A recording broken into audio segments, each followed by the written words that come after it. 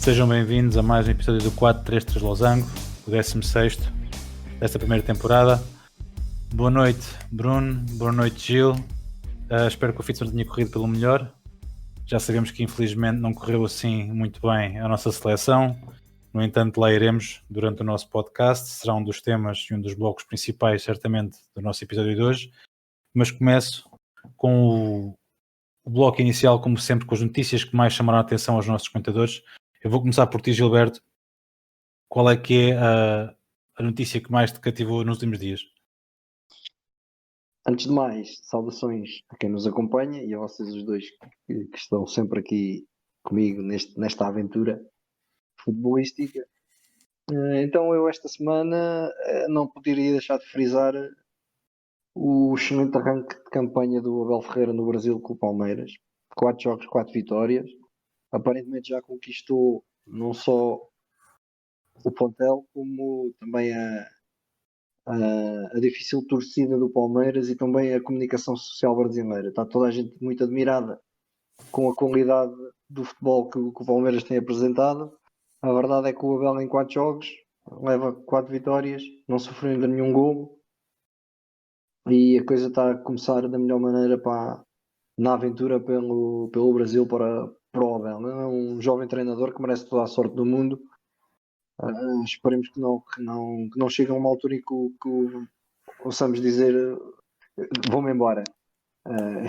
Agora foi mais uma brincadeirinha, mas o Abel merece toda a sorte e este início, em contraste com aquilo que está a acontecer com os outros grandes candidatos do Brasileirão, normalmente, principalmente o Palmeiras, o Grêmio, o Botafogo, o Internacional, tudo equipas que estão mais ou menos em crise de resultados e o Palmeiras a crescer, principalmente depois da entrada do Abel. Depois mais queria salientar duas situações no interior já que vamos falar de seleções lá mais para a frente. Não é só na Europa que se joga a Liga das Nações. Na América do Sul vai-se jogando já a qualificação para o Mundial e no Uruguai duas notícias que não posso deixar passar em claro. Uma delas foi o grande gol que o Darwin marcou à Colômbia. É um excelente pontapé de fora da área do jovem avançado do Benfica, a bater um guarda-redes muito experiente, como é o caso do Ospina. E a notícia que veio hoje a público, que foi a confirmação de que o Luís Soares acusou positivo no teste ao Covid, o que irá afastar o jogador uruguaio do jogo com o Barcelona este final de semana. De sábado à noite, às 8 da noite, há um Atlético Barcelona. Eu há uns episódios atrás falei da importância que o Luís Soares tem dentro da equipa do Atlético e provavelmente ele que estaria desertinho para vingar daquilo que foi feito em Camp Nou. A verdade é que ele não vai ter essa oportunidade porque o raio do Covid está mais uma vez a atacar e desta vez não foi o Soares que foi mordido. E desta vez foi o Soares que foi mordido, aliás. Bruno, boa noite. Passo-te a palavra. Boa noite, queria cumprimentar todos os que nos estão a ouvir e, claro, vocês os dois também.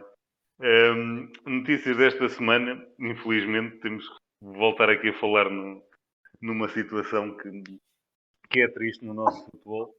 A situação do Vitória de Setúbal, um histórico do futebol português, que não passa por tempos fáceis. Isto tudo começou com uma notícia que veio a público e até aí tudo. Ou seja, para quem leu só as gordas, basicamente a notícia não tinha nada de anormal nem nada de estranho. Que era que o Vitória tinha conseguido negociar uma dívida considerada até avultada com um clube brasileiro, que tinha tido a ajuda do Jorge Baidec e do Mário Jardel na negociação, um empresário de jogadores brasileiro e um antigo jogador de futebol. Até aí tudo normal. Depois fui ler o resto da notícia e é aqui que a coisa começa a causar alguma estranheza. Porque o clube brasileiro em causa, e espera aí, ver se eu não me engano, era o Sport Clube Taubaté. Sim, foi mais ou menos essa cara que eu fiz quando li aquilo. Quem é que são estes gajos? E depois de pesquisar qualquer coisa sobre um clube que milita na Série A2 paulista. Eu não sei bem como é que está a organização dos campeonatos brasileiros comparando com a nossa, mas isto está a ser para aí tipo terceira, quarta divisão lá do sítio. Distrital. Qualquer coisa assim do género. Ora, o que me causa tremenda confusão é como é que o Vitória tem uma dívida avultada a um clube de tipo quinto dos infernos, perdoe uma expressão do Brasil. Epá, lá está, se fosse um clube de primeira, segunda divisão, vá, ok, tudo normal, mas como é que o Setúbal chega a este ponto? E depois, no fim de semana, notícias de já vão, ou parece, 3 meses de ordenados em atraso no Vitória de Setúbal, tanto que no jogo do fim de semana com o Moura, 4 meses de salários em atraso, no jogo com o Moura, durante o primeiro minuto, os jogadores do Setúbal por simplesmente não se mexeram, ficaram parados, os adversários, entre aspas, os colegas de profissão do Moura entenderam a coisa, andaram ali um minuto a trocar a bolinha para trás e para o lado e não atacaram, ao ponto de, no banco de suplentes do Vitória, estar uma tarja levantada pela própria equipa técnica e pelos suplentes a dizer exigimos respeito pelo Vitória. Portanto, infelizmente, o Vitória ainda continua a ser notícia por estas razões e é triste ver um clube destes, um clube com a história que este clube tem, a passar por isto. Mas lá está, o que me causa uma estranha... O Esporte Clube de Taubaté, que eu desconhecia sequer que isto existia. Não fazia mais pequena ideia. Já foste procurar ao FM. Fui procurar no Google, isto no FM, isto só se escolhesse mesmo o Campeonato Brasileiro e duvido que isto apareça. Eu já vou ver isso, calma. Mas pronto, no Google é que eu descobri que isto realmente é um clube ali das divisões inferiores do Brasil. Tudo bem, depende do que é considerado uma dívida avultada, mas não deixa de ser estranho. No caso do futebol, neste momento, qualquer dívida é avultada. Sim, mas opa, uma coisa é tipo, tu tens uma dívida porque contrataste um jogador qualquer Sim. àquele clube. Mas para terem ajuda na negociação e para seja uma dívida avultada, isto não parece que seja ali uma coisa de meia dúzia de trocos. Já devia ser uma dívida até algo considerável. Depois... para chamar à baila o Baidec, que era um nome que eu já não ouvia no futebol português. Exatamente. Mas lá está. Uma parga de anos. Deve provavelmente, digo eu, tem alguma ligação ao clube em causa, não faço ideia também. Depois, queria falar só aqui, como o Gil falou também na questão do Covid e das seleções, duas situações também que não deixam de ser caricatas. Uma que é a Noruega vai jogar frente à Áustria com a equipa de sub-21, porque tiveram um caso positivo de Covid e o governo norueguês não os deixa sair do próprio país. Portanto, vai a seleção de sub-21 jogar para a Liga das Nações com o selecionador de sub-21 e tudo. O Alan é sub-21 ainda. Por exemplo. E depois tivemos o outro caso, que isto não tem outro nome, isto é absurdo, que é o Damagoj Vida, o centralão croata, que recebe um resultado de teste positivo no intervalo do jogo. E é substituído ao intervalo. Isto é só estúpido, perder uma questão, mas é que não, isto é estúpido.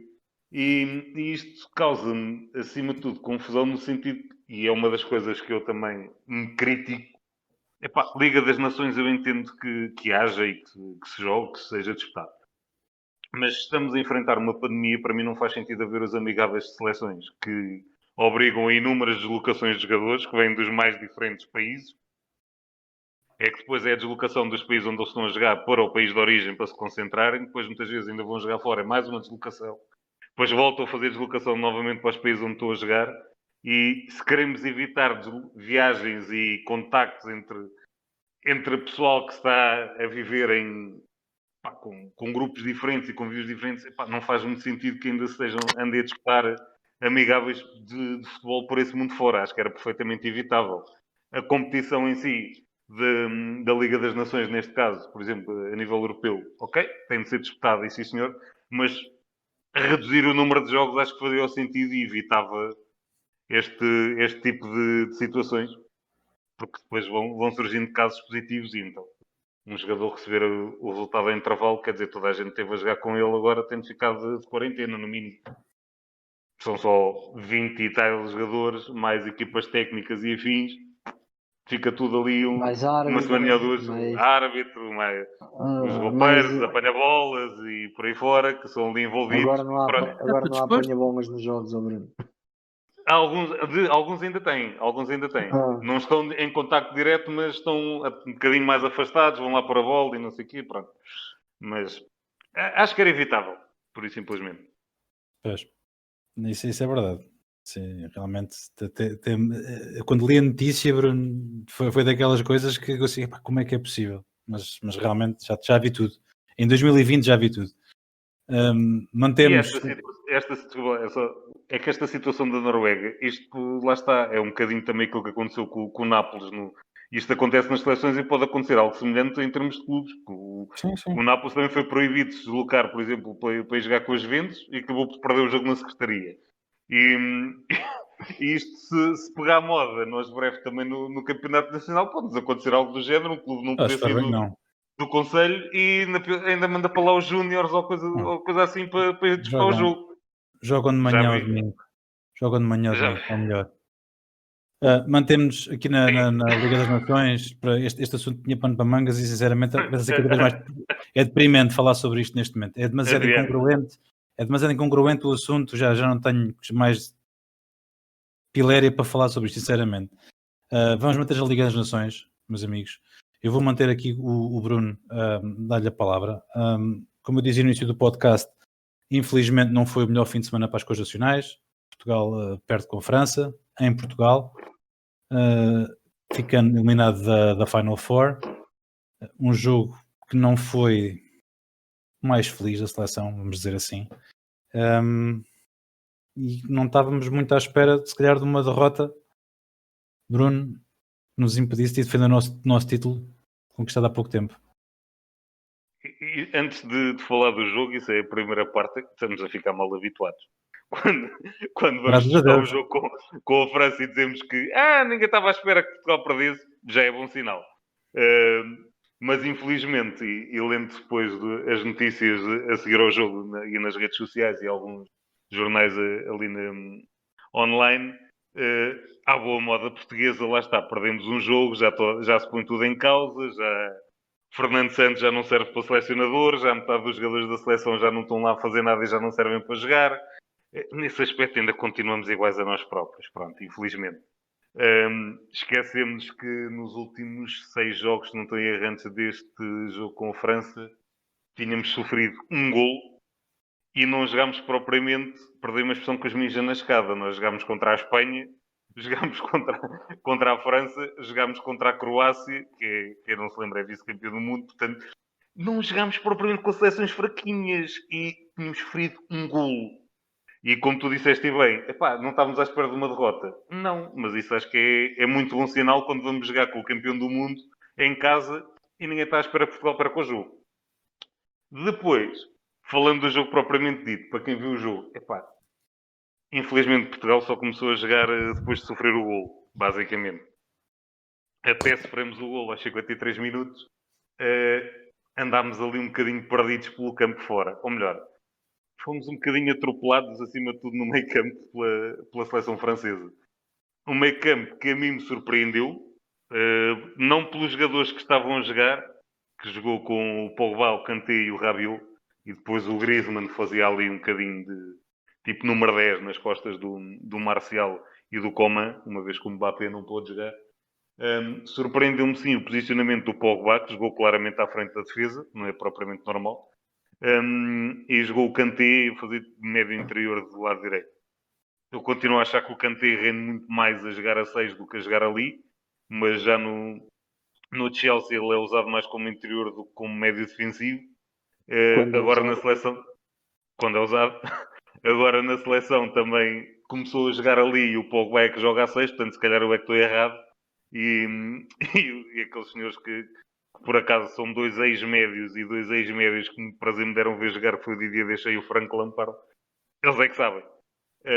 Mas pronto, surpreendeu-me acima de tudo esse posicionamento. Mas lá está, os nossos médios, o William, o Danilo e o Bruno Fernandes foram completamente atropelados para aquele meio campo francês. O Griezmann vinha receber a bola a seu bel prazer. o Rabiot e o Kanté conseguiam transportar a bola por ali fora, sem conseguirem ser parados. Nas laterais, os nossos laterais também pouco conseguiram subir e pouco conseguiram carregar jogo como é habitual. O Bernardo muito perdido no jogo. Todos estiveram muito mal. Depois sofremos o gol, sim. Como o próprio Fernando Santos disse, a seleção parece que soltou, parece que acordou e começou a jogar a bola. Mas depois ali, lá está, a França fechadinha, entre aspas, mas muito mais recuada, organizada, e é muito mais complicado bater aquela defesa. Principalmente o Varane, é provavelmente um dos melhores centrais do mundo também neste momento. O Kipembe, que não acha grande espingarda, mas que fez um jogo monstro, que o homem cortou tudo o que aparecia à frente, o homem cortava tudo. Na nossa seleção, acima de tudo, destacar o Rui Patrício, que fez um punhado de excelentes defesas, se bem que no golo acho que é um bocadinho mal batido. Podia ter agarrado aquela bola, soltar a bola para a frente. Depois, antes disso já tinha tirado ali 2 ou 3 golos quase cantados, portanto também não se pode apontar propriamente o dedo ao Rui Patrício. E queria salientar o Pep, e aqui é um bocadinho, é se calhar a nota menos feliz, mas é o Pep aos 37 anos faz muita falta na seleção. E notou-se bem a ausência dele. O José Fonte fez um jogo certinho, mas mesmo assim houve ali 2 ou 3 situações em que foi batido e à partida o Pep não seria. E também nisso queria destacar a exibição do Ruben Dias, que apesar de tudo, uma exibição seguríssima. Na ausência do Pep foi o patrão da defesa e quando também foi um bocadinho colocado em causa quando foi para o City é titular agora, mas ele breve perde o lugar. Tem-se assumido como titular no City e um jogador preponderante e agora na seleção também, saindo o Pep e faltando o Pep por problemas físicos, foi talvez o jogador mais estável ao longo do jogo todo e mais certinho e o conseguiu ter a exibição, pelo menos na minha opinião, mais conseguida.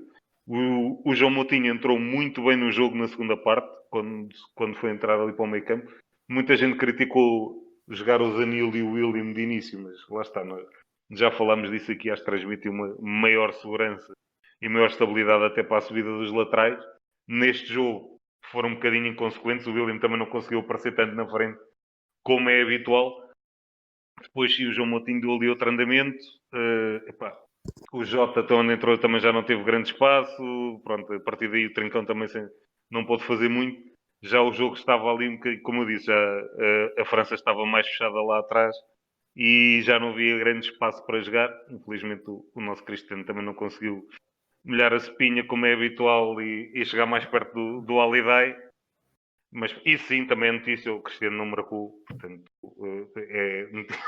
é notícia já, porque ainda, só para fechar e passar a palavra ao Gil, ainda no outro dia estava a ver uma estatística engraçada acerca do Cristiano, que até aos 30 anos na seleção, em 80 e tal jogos, tinha 50 golos, e depois dos 30 anos, em 49 jogos, tinha mais 50 golos. Portanto, acho que o senhor com a idade está a melhorar um bocadinho. É fraquinho, é fraquinho. Eu acho que a preocupação no meio disto tudo, preocupação, uma palavra que é um bocado forte, entre estar e passando esta ideia ao Gilberto.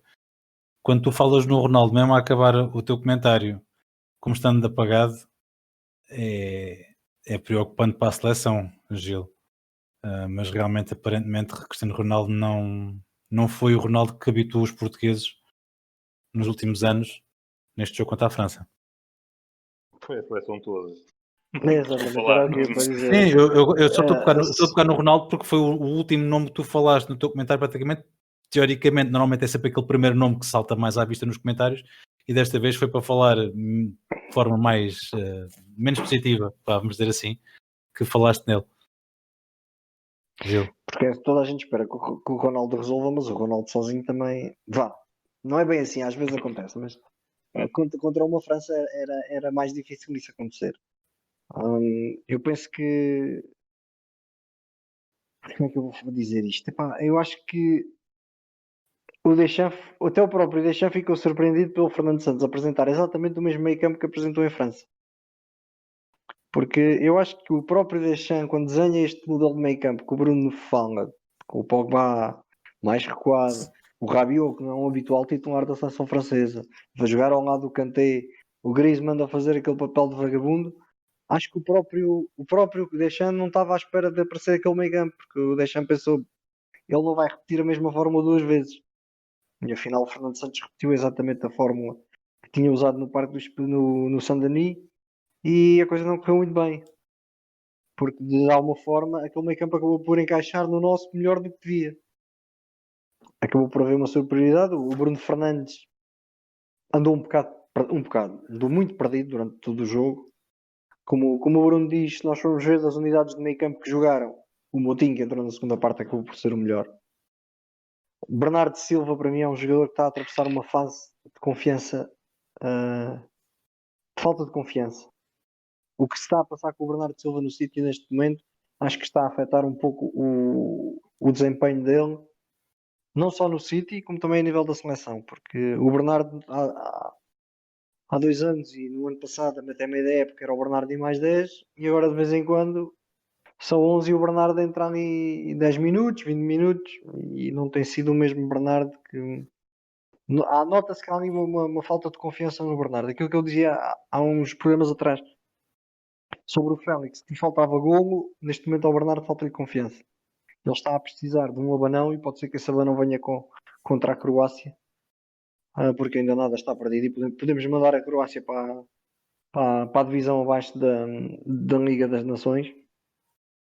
Mas falta ali qualquer coisa, falta ali, e isso fez-nos muita falta. A magia do Bernardo, conjugada com aquele Bruno Fernandes que estamos habituados, e com o William e o Danilo, que costumam ser uns pêndulos e uns jogadores que dão uma segurança brutal ao meio campo, que não aconteceu desta vez. E depois lá está, a falta do Pepe cá atrás. Eu não acredito que naquela bola, o Pepe naquela bola dividida com o Kanté, eu acho que o Kanté não chegava lá. Acho que o Pepe podia rasgar-se todo, mas acho que o Kanté não era ele que ia fazer a recarga àquela bola. Mas pronto, mas isto sou eu a, a conjecturar qualquer coisa que. Mas é verdade, 37 anos e faz muita falta ali naquela defesa, e mesmo no próprio espírito da equipa da seleção portuguesa. O Pepe é um jogador que se nota, que é daqueles que quando também mandou um berro dentro de campo, que a malta, "Oi, espera aí que isto não está a correr bem, vamos dar mais um bocadinho para a frente, vamos dar um bocadinho mais, porque daqui a bocado temos o Pepe a morder-nos os calcanhares e não convém." A verdade é que pronto, olha, ficámos fora da Final Four, infelizmente em casa, infelizmente contra aquela que eu considero que é o maior nêmesis da seleção portuguesa. Sempre que há um Portugal-França, e sempre foi assim, sempre irá ser assim. Acho que é uma rivalidade que vai perdurar, que já perdura e vai continuar a perdurar. E infelizmente, em 2016 fomos nós lá entalámos, desta vez vieram eles cá entalar-nos a nós. Epá, também há de calhar, não é sempre aos mesmos, não é sempre nem nunca. Como costuma dizer, quer dizer, depois de 84 daquilo que foi, há uma vingança. Continuo a dizer que o Éder devia ser convocado. Só para estar no banco a meter medo. Ou só de pensarem que ele ia entrar borrado. Eles só se vissem o Éder a aquecer, ficavam Bruno, depois depois o gajo vem aí outra vez. Depois do resultado O mais Logis infeliz, estremeci logo. depois do resultado mais Ai, que amanhã é infeliz, feriado outra vez. eu acho que realmente que tudo serve para defrontarmos os franceses, que não lhes tirando jamais o valor, que têm muito valor mesmo, mas é pá, não há seleção realmente mais irritante para as coisas nacionais do que os franceses. É irritante, é a palavra certa. Eu não vou editar este bocado, é mesmo assim. Há uma que nos causa mais problemas ainda que a França, acho. Mas isso é a Alemanha, mas isso a Alemanha não conta. Não, nós à Itália já não ganhamos há mais de 50 anos. Também não jogamos com frequência. Bruno, nas últimas Liga das Nações arrumámos os italianos, não vais por aí, fomos lá ganhar. Na última Liga das Nações, na fase de grupos, tínhamos a Itália e ganhámos um jogo e empatámos o outro, se não me engano.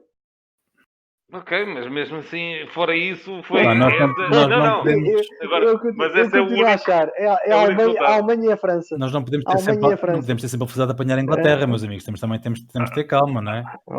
Vasco, calma lá que isso é Inglaterra a gente vai falar daqui a bocadinho. A Só mais para o Alemanha, final. a Eu Alemanha, o quero, Sérgio Conceição discorda de ti de certeza. eu Portanto, quero, eu quero manter aqui o Gil aqui envolvido Com o Pedro Espinhava ali, Zé. neste segmento da Liga das Nações e quero manter-te, ti, Gil, que tragas aqui à discussão alguns resultados de outros grupos de Liga das Nações que tenham Basicamente mais ou surpreendentes só ou o nosso grupo é que está históricos. decidido. Praticamente só o nosso grupo da Série A é que está decidido. Porque mesmo Portugal ganhando e a França perdendo, não conseguimos chegar lá. Agora, em qualquer outro dos grupos, o primeiro lugar está em aberto. E ainda mais há um Espanha-Alemanha no outro grupo que vai decidir quem é que vai ser o vencedor do grupo. A Espanha, mais uma vez, empata em casa com a Suíça, com Sérgio Ramos a falhar duas grandes penalidades e com o momento insólito do Luís não foi em Henrique. casa, foi fora. Foi fora. O momento Foi fora. insólito do Luís Henrique, surpreendido quando lhe perguntaram como é que a jogar contra 10 nos últimos momentos do jogo, como é que nós estivemos a jogar contra 10. Basicamente, ele não se apercebeu que houve um jogador suíço que foi expulso. Né? Mas pronto, estes Fediver já fazem parte. Só me lembro do Chiellini da outra vez que ficou no banco porque o Mancini estava sem Zop. E quando olhou para a ficha de jogo pensou que estava bem, e afinal o Chiellini estava no banco. Mas estes Fediver fazem parte do futebol. A Alemanha teve a perder e deu a volta. A Inglaterra, lá está, é aquela coisa. Lembrou-se de ir à Bélgica perder por 2-0. A Bélgica que já se calhar ninguém acreditava. E a verdade é que ganharam por 2-0 e fizeram uma exibição que não deu margem para dúvidas sobre o real vencedor do jogo. E um gol fantástico do Mertens, livre direto. E o gol do Tillmans tem um bocadinho de sorte ali no ressalto, que dá o 1-0. Mas Bateu no pino. literalmente, no teu amigo, eu já não queria falar, eu já não queria bater no ceguinho, pá, mas pronto, o Tyron Mings, pá, Bateu no pino. Tyron Mings, eu estava a ver se evitava que tu ainda, mas pronto, não deu, e o Tyron ficou com uma cara de aziado quando a bola entrou. Só mesmo, eu vi o jogo em direto e foi qualquer coisa de impagável a cara do Mings. E eu por acaso lembrei-me de ti, ó Bruno, quando eu disse: agora se o Bruno estiver a ver isto, coitado do Mings. É que lá está, nós já falámos disto. É que ele tem o Michael Keane no banco, tentado a fazer uma excelente época no Everton. Não percebo. Não percebo. Pá, o homem tem um empresário muito bom, pá, o que é que queres? Então, são as contingências do futebol. Goza. E depois pronto, a Holanda ganhou à Bósnia com o Wijnaldum a marcar, a avisar. O Wijnaldum nos últimos jogos, se não me engano, nos últimos 5 jogos da seleção holandesa já marcou 7 gols, tem sido um dos abonos de família. Ontem o Depay também voltou a marcar, ele também já andava assim um bocadinho afastado dos gols há algum tempo na seleção, mas ontem acabou por fazer o 3-0 e se calhar aquele gol que acaba por tranquilizar mais a seleção holandesa, que não tem tido uma vida fácil. E acho que são estes os principais resultados. Pronto, a Croácia perdeu com a Suécia e vê a sua situação complicada e arrisca-se a cair na divisão B da Liga das Nações. E pronto, e Portugal não vai poder defender o seu título. Bruno. Aqui o Gil basicamente já falou assim nos principais resultados que aconteceram durante a semana. Queria salientar outra situação caricata, que foi o capitão da seleção de San Marino, que na conferência de imprensa desatou a chorar, porque pela primeira vez na história estiveram 2 jogos seguidos sem perder. Isto é fantástico.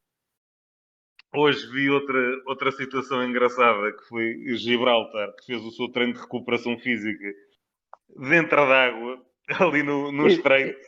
Devia estar fresquinha, devia estar boa. Devia estar fresquinho. a fazerem o seu treino de recuperação. São estas situações engraçadas também que esta competição nos vai trazendo. Vai chamando a atenção destas. E viste a outra notícia do jogador da seleção islandesa?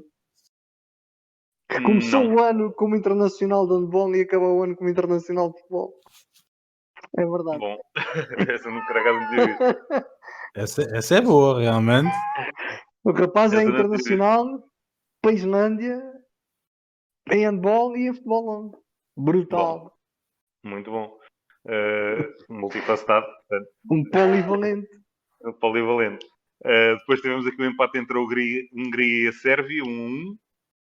Também foi ali um resultadozinho interessante. A Finlândia ganhou a Bulgária, a Turquia ganhou a Rússia, porque a Turquia também já não ganhava um jogo há sei lá quanto tempo.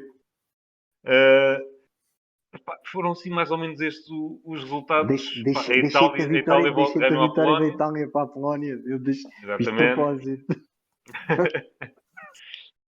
O Mancini, sem saber ler nem escrever, lá vai conseguindo ganhar uns joguinhos. A Dinamarca também voltou a ganhar, ganhou a Islândia. O País de Gales ganhou 1-0 à Irlanda. Aqui houve mais uma situação caricata, que lá está o José Mourinho já falou nisto, que foi o Doherty testou positivo e foi titular neste jogo. Portanto, vamos a ver. O José Mourinho falou, porque é o Doherty, depois está lá também o Gareth Bale. Pronto, tem ali mais 2 ou 3 jogadores envolvidos e está a ver a vidinha andar para trás. Pelo amor de Deus. E na sequência de tudo isto, também queria referir aqui... o jogo com o City, no domingo do sábado. Exatamente. É mesmo isso, pá. É isso mesmo. Mas se não fosse o jogo com o City, era outro jogo qualquer. Tanto faz. Queria só referir, lá está por falar, já que estamos a falar em Liga Inglesa, mais uma lesão no plantel do Liverpool. O Joe Gomez arrumou para o resto da temporada também. Para ajudar, o Salah testou positivo à Covid. E pior, o Robertson também saiu tocado do jogo com a Escócia. Portanto, neste momento, o Liverpool está sem a defesa titular do ano passado. Está sem o Tiago Alcântara, sem o Fabinho, sem o Salah. A coisa está-se a pôr um bocado negra para aqueles lados. O Jürgen Klopp está com muito trabalho. Muito trabalho. E o mais interessante disto tudo é que olhamos para a classificação e o Liverpool continua lá em cima. E lá está. Se conseguir contratar um bom central em janeiro, e se não tiver ali grandes falhanços em termos de resultados, não descurava. Apesar de tudo. Veremos. Mas vai ser interessante. Mas não deixa de ser uma coisa não é só o surreal a quantidade de lesões. Não é só o Mourinho e o Klopp que se queixam, eu também me queixo porque a minha equipa do Fantasy tenho o Doherty, tenho o Salah e já não sei o que é que eu vou fazer este fim de semana. Oh, meu Deus do céu. Não, mas em termos de Liverpool, haja bom humor hoje. É quase metade da equipa do Liverpool que está no estaleiro. É verdade. O Liverpool é uma coisa. No outro dia falei contigo, Bruno, sobre isso. Estávamos a trocar mensagens no Instagram sobre isso e era o que se passava. O que o Bruno estava a dizer, está quase um 11 excepcional do Liverpool no estaleiro. Mas o Liverpool tem esses problemas com as lesões e com o Covid e agora o Tottenham vai ter problemas certamente com o Covid. O Guardiola também vai ter problemas. Este ano vai ser uma época completamente atípica, especialmente quando não há a mínima intenção de resolver as situações, como estavas a falar há bocadinho, de excesso de jogos e de amigáveis desnecessários e de uma série de situações que está em cima da mesa que está a ser discutida pelos treinadores. Os jogadores também se querem envolver nessa discussão e ninguém, no entanto, tem vontade de fazer absolutamente nada em relação ao assunto. Portanto, vais ter jogadores com pernas cansadas, com pernas lesionadas e no caso de algumas lesões são épocas inteiras que vão para o galheiro e não há nada a resolver. Eu sei o que vais dizer, Gil, mas é pá... Sabes que a UEFA tem patrocinadores e compromissos a cumprir.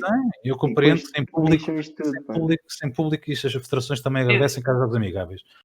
Cá transmitidos televisivos, etc. Mas isso não vai ter efeito nenhum prático, porque os clubes estão a dispensar os jogadores para as seleções.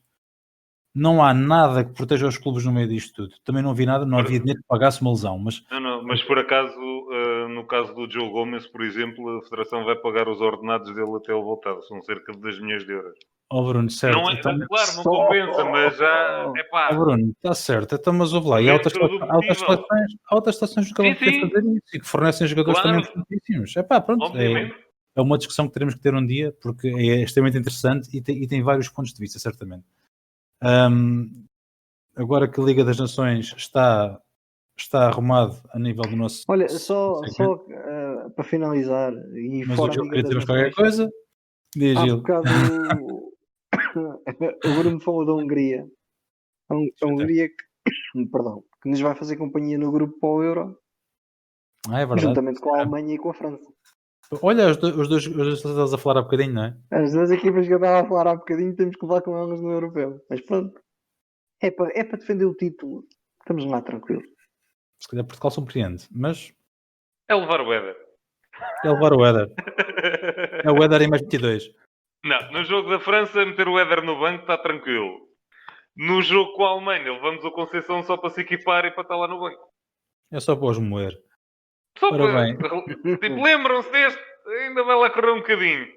hoje o nosso podcast é um bocadinho mais curto, por força também, obviamente, de menos jogos e menos temas a discutir. Por isso, vamos hoje avançar já para o nosso estimado e querido e abençoado pelo Gil TPM. O Gil traz uma recordação muito, muito, muito boa de um jogo num europeu, um jogo com 20 anos, um jogo que eu vi no meio de uma grande algazarra em Santarém. Gil, leva-nos este memory lane espetacular.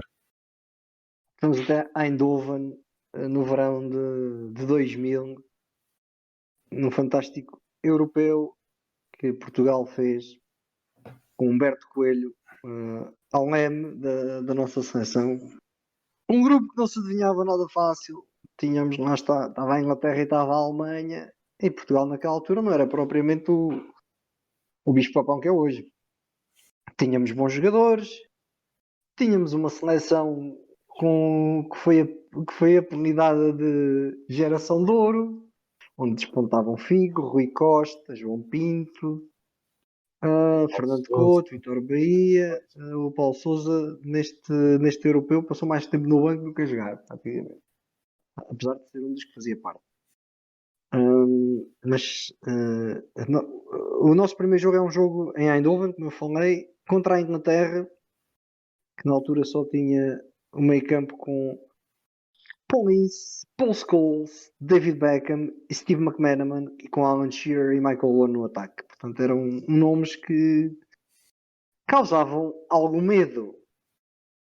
E a nossa defesa naquela altura, apesar de termos dois bons centrais, o Sr. Jorge Costa e o Sr. Fernando Couto, os nossos laterais deixavam um bocadinho a desejar. Abel Xavier na direita, Dimas na esquerda, Vitor Bahia à baliza e Vidigal e Paulo Bento no meio campo, e a coisa parecia que se calhar não ia correr assim muito bem, principalmente quando aos 3 minutos o Cenourinha do Paul Scholes faz o primeiro gol e aos 18 o McManaman aumenta para o 2-0. E acho que os portugueses nessa altura puseram as mãos à cabeça e disseram: ai meu Deus, isto vai ser uma desgraça.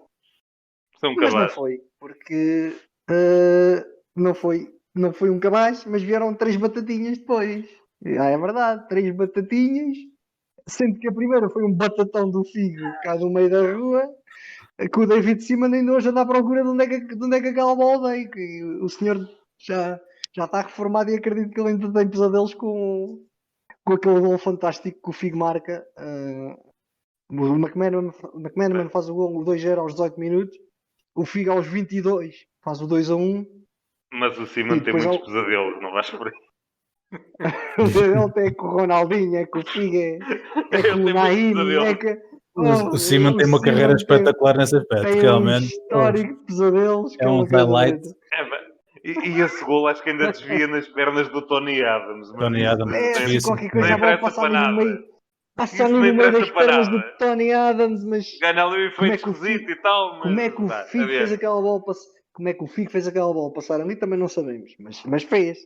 Fez, e a verdade é que ela entrou e foi o 2-1, mas o 2-2 que surge por volta dos 38 minutos é um gol fantástico. E se os nossos ouvintes fizerem uma busca no YouTube, vão encontrar um gol que, se não me engano, a seleção portuguesa trocou a bola durante cerca de 2 minutos. a dar chocolate aos ingleses. E depois termina com um passo fantástico do Rui Costa para dentro da área, com o João Pinto, que era muito grande, a bater os dois centrais ingleses, que Sou o eram dois Campbell e Tony armários, Adams. o Campbell e Tony Adams, e a verdade é que o João Pinto foi lá acima e tunga de cabeça, É que ele não foi bem lá toma lá acima, que ele fresquinho. cabeceia à altura da cintura deles. Depois ele é quase isso, ele vai lá, Ele mergulha tunga vai tipo buscar, peixinho. toma lá fresquinho e vamos para o intervalo empatados. Pronto, e nessa altura se calhar o pessoal já acredita, se calhar isto ainda pode acontecer alguma coisa mais bonita na segunda parte, e aconteceu. Aos 59 minutos, Nuno Gomes, que na altura era o ponta de lança da seleção portuguesa, acabou por arrumar as contas do jogo, fez o 3-2, e a verdade é que a Inglaterra, mesmo com os nomes que tinha, já não conseguiu sequer importunar a nossa seleção. É engraçado que nesse jogo o selecionador inglês, que era o Sr. Kevin Keegan, tinha no banco Robbie Fowler, Steven Gerrard e Nick Barnaby, que na altura era um dos médios mais criativos da seleção inglesa, mas se calhar foi um daqueles que. Bruno, se calhar foi outro que teve um problema com o Letizier. Naquele esquema dos ingleses, epá, não serve. Pronto. E a verdade é que o senhor mandou para o jogo o Emil Heskey, o Dennis Wise, Um rapaz e aos pequenino também. E aos 82 minutos, o Martin Keown, que era central, mandou um lá para a frente e deixou no banco o Fowler e o Kevin Phillips. Mas pronto, são opções. O senhor preferiu meter um central lá para o barulho, para a confusão, e tirou outro central, tirou o Tony Adams e meteu o Keown para armar a confusão lá na frente. Mas valia ter deixado o Tony Adams, era para armar a confusão, era o tipo ideal. A verdade é que Portugal, depois dessa vitória, Sim, porque o Martin Keown é um gajo muito mais calminho e que não armava confusão nenhuma. Era o Claramente. típico, era a dupla de centrais do Arsenal naquela altura, Martin Keown e Tony Adams. Que já Ainda me falámos aqui deles. lembro de um joguinho com o United que o Nistelrooy levou quase uma tareia do Martin Keown depois de falhar um penalti, mas adiante. Portanto, era um gajo que não armava confusão nenhuma. Pois. Depois, Portugal nesse jogo ainda jogou com o Beto, o central que era do Sporting, Nuno Capucho e Sérgio Conceição. Depois Sérgio Conceição viria a ter um papel preponderante na vitória por 3-0 aos alemães, um hat-trickzinho, num jogo em que Pedro Espinha foi o nosso guarda-redes. Até secretário teve direito a jogar. Não, em que jogámos com os suplentes todos, só mantivemos a dupla de centrais. É o que eu estou a dizer, até o secretário teve direito a jogar. E pronto, Humberto Coelho acabou por levar-nos às meias finais desse europeu, e acabámos por cair de forma inglória na meia final com a França, com o penalti sobre o penalti do Abel Xavier, que na altura foi um gol de ouro, que o Zidane não perdoou e mandou-nos para casa. Eu acabei de ver. Mas foi um gol bonito, foi um jogo bonito esse Portugal e Inglaterra, foi qualquer coisa de fantástico. Eu acabei de ver o resumo de 3 minutos e meio desse mesmo jogo, acabaste a lembrar. Não resisti, tive que ir ver. Os gols da Inglaterra vieram dos pés de David Beckham, 2 assistências para os golos de Scholes e Manaman. Parecia fácil, não é? E aquele gol do João Pinto, aquilo realmente. Jesus. Meu Deus do céu. Foi que eu fui, não sei, 20 e tal passos ou 30 e tal passos seguidos. Tal. Boas recordações. Olha, sabes o que é que eu digo?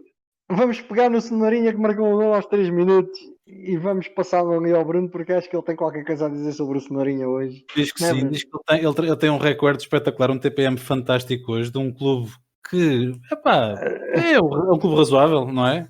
Bruno? Não, o TPM não é sobre clube nenhum. Não. É sobre um jogador que fez carreira nesse clube. Fantástico. Um clube fantástico. Por acaso era para falar de outro jogador hoje, mas depois vi que era o aniversário do Paul Scholes, faz hoje 46 anos. E decidi falar dele porque também se enquadra naquela pequena lista de jogadores que fez toda a carreira no mesmo clube. Paul Scholes, médio fantástico do Man United e da seleção inglesa, que se estreou a 21 de setembro de 1994. Pelas mãos de quem? Surpreendam-se. Não sei, Queiroz. Não, foi o Sr. Alex Ferguson. Pronto. Ele foi considerado um dos considerado não, fez parte daquela equipa, ficou coisa como os meninos do Ferguson. Foi um dos últimos a chegar à equipa principal. Já lá estava o Giggs, já lá estava os irmãos Neville, já lá estava o Nicky Butt, o Beckham também já lá estava, mas ele também lá chegou. Depois tem a particularidade de se ter retirado a 31 de maio de 2011 e depois voltar em janeiro de 2012. Houve ali uma crise de lesões no United, a coisa não estava a correr bem, e então o Sir Alex virou-se ali para o treinador das camadas jovens. Filho, anda cá fazer uma perninha que dá-me jeito. Está bem. E pronto, e ele então ainda foi importante nessa época, e depois acaba por se retirar no final da época de 2012-2013. De vez. Quando, definitivamente, quando também sabe que o Sir Alex se ia retirar, e então, ok, retiram-se os dois, e pronto.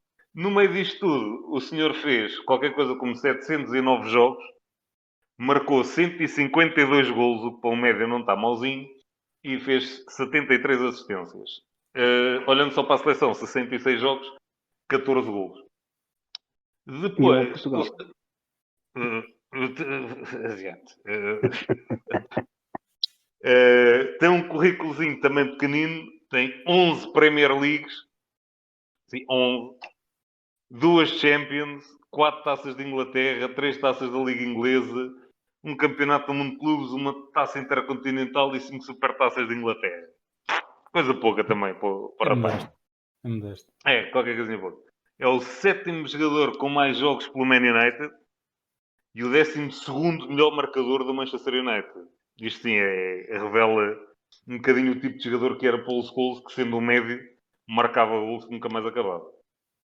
Para quem não conhece muito bem o que era o Paul Scholes, tem mais uma particularidade. Ele era asmático e quem o visse jogar ninguém diria, porque ele corria, cansava vê-lo jogar. O homem não parava quieto um minuto. Tinha um pulmão enorme, enchia aquele meio campo, fazia uma dupla também fraquinha com o Roy Keane no meio campo do United, que ele era fraquinho. Pá, fora de brincadeira, acho que foi das melhores duplas de meio campo que eu vi jogar, aquilo era uma coisa impressionante. E ele jogava bem com qualquer gajo ao lado dele, porque realmente era uma sim, tática porque fenomenal. Até com o Nicky Butt. Até com o Nicky Butt. Aquele meio campo que o Gil referiu deste jogo com a Inglaterra, eu lembro uns aninhos mais à frente que a Inglaterra, a dada altura, jogava com o Beckham, o Gerrard, o Lampard e o Scholes. Só. E queriam beleza Patrick, ou o Scholes ou o Gerrard normalmente eram encostados ao lado esquerdo, que o lado direito era do Beckham. E eles os dois, um de vocês vai fechar ali do lado esquerdo, porque pronto, é preciso alguém ali para aquele lado. Era pedra, papel, tesouro, hoje vais tu amanhã vou eu. E os dois foram se calhar muitas vezes aproveitados na seleção por causa disso. Yeah. É verdade. Que poderiam render muito mais. Aliás, estes 3 médios da seleção inglesa, o Lampard, o Gerrard e o Scholes, era provavelmente o meu meio campo de sonho numa equipa minha, mas isto sou eu. Para se ter a noção da qualidade do Scholes, para quem não o viu jogar, um senhor também fraquinho, Xavi Hernández, disse uma coisa muito gira em 2014, que era o Scholes era o melhor médio centro que ele tinha visto jogar nos últimos 15 ou 20 anos. Subscrita por Zidane, essa opinião. Pronto, exatamente. Ou seja, tudo o que foi médio, grandes jogadores de meio campo que defrontaram este homem, elegiam sempre, quando era para escolher, o melhor médio é Scholes. Ele, para mim, é a definição de boxe do boxe. Um gajo foi procurar à net, teve lá aparecer a foto do Scholes. Ele defendia, ele atacava, marcava golos, passava a bola como ninguém. E depois lá está, tem aqui umas particularidades engraçadas também na carreira dele. Ele não era habitualmente titular no United. Depois há aquela situação engraçada do Eric Cantona, famosa pontapé no adepto, que lhe valeu uma suspensão de 9 meses. E então o Scholes entrou para fazer dupla de ataque com o Andy Cole nesse ano. E foi o segundo melhor marcador da equipa. E para quem não conheceu, o Paul Scholes não era propriamente uma varola. O rapaz devia ter para um metro, por acaso não tenho aqui os dados, mas deve ter 1,70m e qualquer coisa, como era propriamente alto. Era médio e foi jogar na frente e marcou assim uns quantos golinhos. Portanto, ele rematava mal, por acaso era. Ele normalmente ali a partir do círculo central... Era um finalizador. Os remates de primeira eram geniais. E normalmente a partir do círculo central aquilo já começava a ser perigoso dar espaço ao Scholes. Ele, a meio do meio campo, ele puxava o pé atrás e aquilo normalmente ia para a gaveta. E depois, no ano de 1997, há ali a lesão do Roy Keane, também esteve afastado vários meses, é quando ele começa a ganhar o seu espaço no meio campo do United. Se bem que, no ano antes, lá está, ele ainda não era bem um titular indiscutível naquela equipa, em 96, e um ano em que o United perde o campeonato, a Premier League, no último jogo para o Blackburn, tinha na frente Alan Shearer, e falou-se muito na altura da possibilidade do United contratar o Alan Shearer. Parece que o Sr. Alex estava assim um bocadinho interessado. E uma das condições que o Blackburn impôs, ok, nós vendemos o Alan Shearer, mas tem que dar o Paul Scholes à troca. Não é por acaso que o Alan Shearer nunca chegou aí. O Shearer foi para o Newcastle. Nunca chegou a jogar no Man United. Porque assim que falaram nesse nome, o Alex Ferguson disse imediatamente, ok, podem esquecer essa parte, porque não vou levar os Scholes. Na altura, muita gente disse que ele era maluco, porque aí o Shearer já era um nome incontornável da Premier League. O Scholes ainda não era propriamente um titular indiscutível, mas durante os próximos anos, pronto, ninguém lhe tirou o lugarzinho e foi assim, indiscutível, quer no clube, quer na seleção. Como eu disse, depois queria referir também, era daqueles jogadores que raramente, pelo menos eu não me lembro, era uma confusão, super disciplinado, com um comportamento sempre exemplar, muito fair play, muito esportivismo, mas era um humor de trabalho. E como eu disse, acho que quando se pensa num box-to-box, aquele médio de atacar e defender, fazer as duas funções, Paul Scholes era tremendo. Curiosamente, usava sempre o número 18, que agora está nas costas de outro jogador também mais ou menos interessante no meio campo do United, que por acaso acho que fala português. Não sei. Acho eu. O teu mãe fantástico. E cheira-me que não foi por acaso que conseguiu esse número. Lá está. Paul Scholes, se calhar, pesou ali um bocadinho na escolha do número. Digo eu. É um número Bruno, pesado, eu só tenho que agradecer. Eu só tenho que te agradecer porque acabaste de me dar agora mais uma dica para o meu próximo TPM. Pronto, eu vou ter que. Pronto. Okay. Estamos ansiosos já estamos ansiosos por quinta-feira. Meus caros. eu ainda tenho mais uns quantos para falar destes que passaram toda a carreira no mesmo mas clube, este aqui, tu falaste nele, falaste nesta equipa e eu de repente disse, como é que eu nunca me lembrei destes gajos, pá. Vai ter que ser para a semana. Para a semana, não, quinta-feira. Quinta-feira. Rapaziada, muito, muito, muito, muito obrigado por estes Memory Lands fantásticos com que acabam os nossos episódios. Obrigado pela vossa presença também. Mais uma semana. Espero por vocês na próxima quinta-feira para mais um episódio, 17º. Despeço-me, deixando-nos aqui um grande abraço a vocês e aos nossos ouvintes. Até à próxima. Abraço, até à próxima. Um abraço.